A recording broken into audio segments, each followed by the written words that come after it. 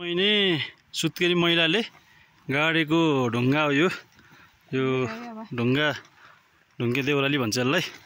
हामी यहाँसम्म आइपुग्यो। अब तल त्यो गोठबाट आएको, अघि चियाको त्यो चेप्टे ढुङ्गाबाट आएको।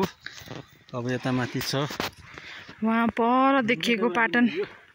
यो एरिया चाहिँ ढोरपाटनबाट चाहिँ हामी हिँडेर आएको है यहाँसम्म। ल बिहान 8 बजे हिँडेको, अहिले लगभग 2 बज्न लाग्यो। ढुङ्गे देउराली भन्ने ठाउँ आयो। ठाडै उकालो देखिएको पनि छैन ओह्रालो त। ल यो चाहिँ यहाँ थोरै ढुङ्गे देउराली आइसकेपछि चाहिँ बिसाउने ठाउँ रहेछ। यहाँ बिसाउने ठाउँ प्लस गोठ पनि रहेछ, टक्क बस्नको लागि व्यवस्था रहेछ है। यहाँ फोहोर फ्याँक्नको लागि व्यवस्थित गरिएको रहेछ खाल्टो।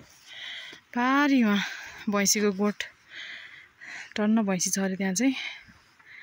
अब वहाँ चाहिँ हामी पुग्न असम्भवै छ। अब बाटो यस्तो छँदै छैन, बाटो यस्तो खोल्छाबाट है। यो भिर पुरै भैँसी चराउने, भेडा चराउने, अनि त्यो गोठमा गएर बस्ने। हामी धेरै माथि आइसकेको छौँ हाइटमा। वहाँ तल देखिएको ढोरपाटन भयो, यो ढुङ्गे देउराली। हामी अझै जान छ माथि। यहाँ यसो बिसाउने ठाउँमा विश्राम गरेर बिसाउने ठाउँको सम्मान गरिदिउँ भनेर यहाँ। ल सर चाहिँ यहाँ हुनुहुन्छ। थाक्नु भयो? यो घर पनि कति राम्रो चिटिक्का गयो नि त।